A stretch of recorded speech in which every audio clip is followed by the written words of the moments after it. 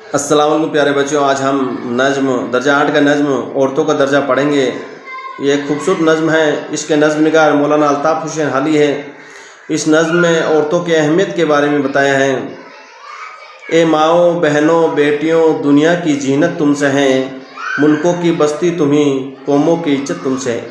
यानी औरतों के बताया एक माँ बहन और बेटी के रूप में बताया है कि जो है दुनिया की जीनत का मतलब होता है जो है रौनक, शोभा। इस दुनिया की शोभा रौनक तुम्ही से हैं, मुल्कों की बस्ती तुम्ही हो, कौमों की इज्जत तुमसे। मुल्कों की बस्तियाँ यानी बस्तियाँ तुम्ही से बढ़ती है और कौमों की इज्जत तुम्ही से है। यानी जिस कौम में माँ बहन बेटी की इज्जत होती है उस कौम की इज्जत पूरी दुनिया में होती है। घर की हो शहजादियाँ, शहरों की हो आबादियाँ। घर की हो शहजादियाँ यानी बेटी को घर की शहजादी बताया गया, परी बताया गया है कि तुम घरों की शहजादियाँ हो, और शहरों की आबादी यानी जो शहरों में आबादियाँ तुम्ही से हैं।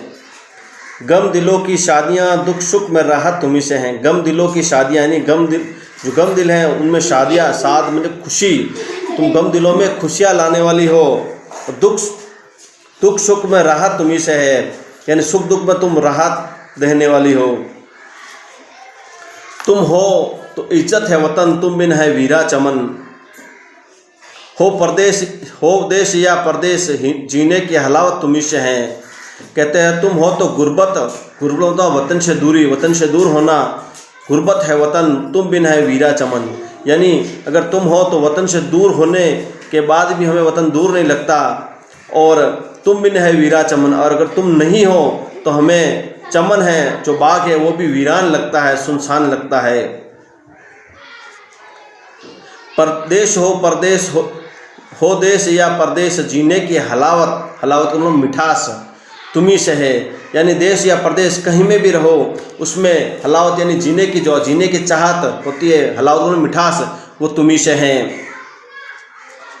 नेकी की तुम तस्वीर हो, इफ़्फ़त की तुम तदबीर हो। नेकी की तुम तस्वीर हो, तुम्हारी तस्वीर जीती जागती नेकी मानते हैं कि नेक होती है।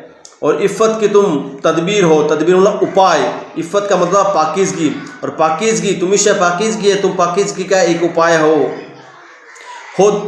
दीन की तुम पासबा, ईमान सलामत तुम्ही से है। यानी दीन की पासबा का मतलब रखवाली, पासबा रखवाला, यानी तुम दीन की रखवाली करने वाली हो। ईमान सलामत तुम से है, यानी ईमान तुम्ही से सलामत है। यानी अगर एक माँ पढ़ी लिखी होगी तो अपने बच्चों को भी पढ़ाएगी, अपने बच्चों को घर पे अच्छी तालीम देगी, तो उससे दीन हमेशा सलामत रहता है। इसलिए उसको औरत को पासबा बताया है। फितरत तुम्हारी है हया, तेनत में है मेहरो वफा। यानी तुम्हारी फितरत यानी तुम्हारी आदत में है हया मतलब शर्म है।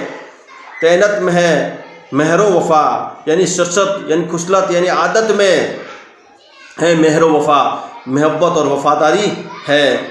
गटी में है सब्र रज़ा, इंसान इबारत तुमसे हैं। गटी मतलब फितरत में शामिल, तुम्हारी फितरत में शामिल है क्या है? सब्र रज़ा, सब्र और रज़ा मतलब खुशनुदी, चाहत, मोहब्बत शामिल है तुम्हारे। इंसान इबारत तुमसे, इबारत मतलब तो तामीर करना, इंसान जो है तामीर तुम्ही से हैं। मोनिश हो खाविंद की तुम, गम ख्वार फर्जंदों की तुम। मोनिश बोलते हैं मोहब्बत करने वाली, खाविंदों को तुम मोहब्बत करने वाली हो। गम ख्वार फर्जंदों की तुम, गम खार फर्जंद मतलब बोलते हैं बेटा बेटी, गम ख्वार मतलब गम को बांटने वाली, तुम गम ख्वार हो। फर्जंद यानी बेटों के तुम गम बांटने वाली हो। तुम बिन है घर वीरा सब, घर भर में बरकत तुम्ही से हैं।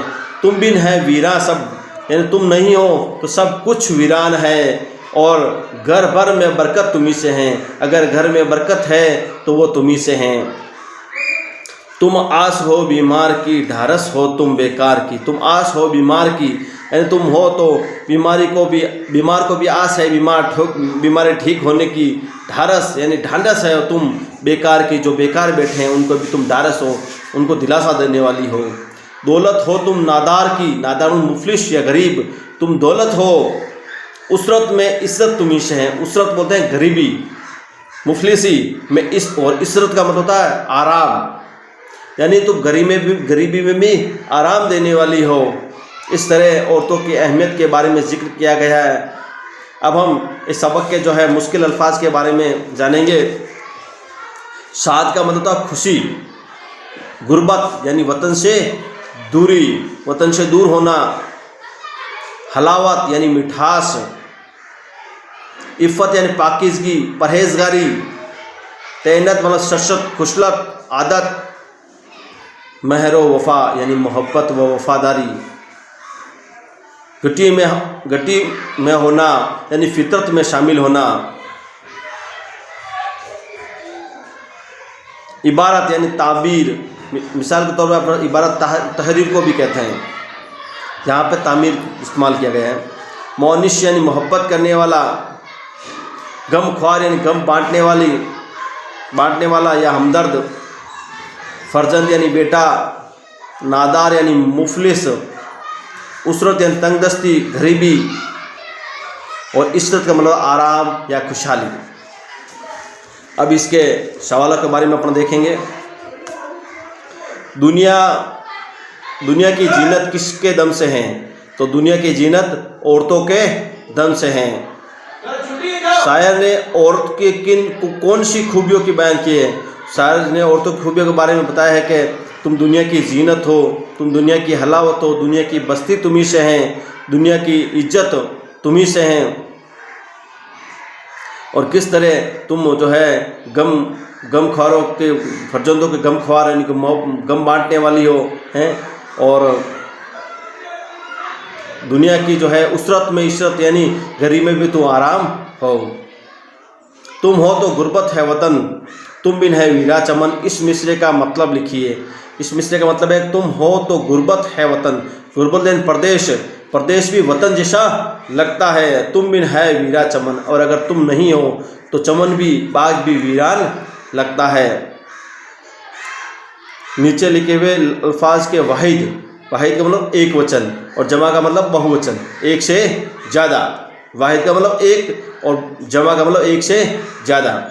तो शहजादियाँ, इसका होगा शहजादी, आबादियाँ आबादी, शादियाँ शाद खुशी। इस तरह हमने ये मुकम्मल नज़्म की तालिब इल्म इस नज़्म को पढ़ेंगे और दर्स हासिल करेंगे। अस्सलाम वालेकुम।